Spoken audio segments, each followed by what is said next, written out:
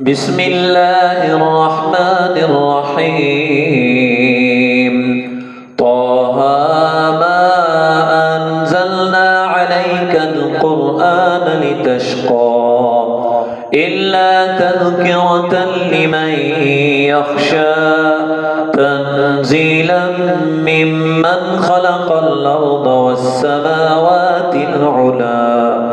الرحمن على العرش استوى له ما في السماوات وما في الأرض وما بينهما له ما في السماوات وما في الأرض وما بينهما وما تحت الثرى وإن تجهر بالقول فإنه يعلم السر وأخفى الله لا إله إلا هو له الأسماء الحسنى وهل أتاك حديث موسى إذ رأى نارا فقال لأهلهم كثوا إني آنست نارا لعلي آتيكم منها بقبس أو أجد على النار هدى فلما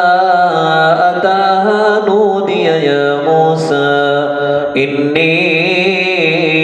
أنا ربك فاخلعنا عليك إنك بالواد المقدس طوى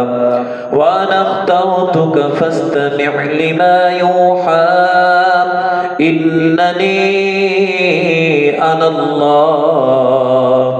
إنني أنا الله لا إله إلا أنا فاعبدني وأقم الصلاة لذكري إن الساعة آتية أكاد أخفيها لتجزى كل نفس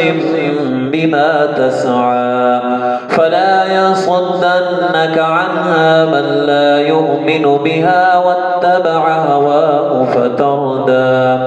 وما تلك بيمينك يا موسى قال هي عصاي أتوكأ عليها وأهش بها على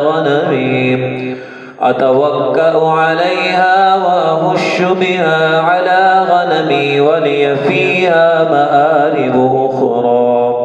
قال ألقها يا موسى فألقاها فإذا هي حية تسعى قال خذها ولا تخف سنعيدها سيرتها الأولى واضمم يدك إلى جناحك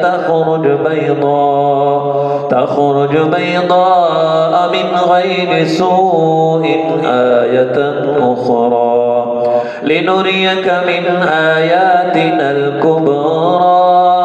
اذهب إلى فرعون إنه طغى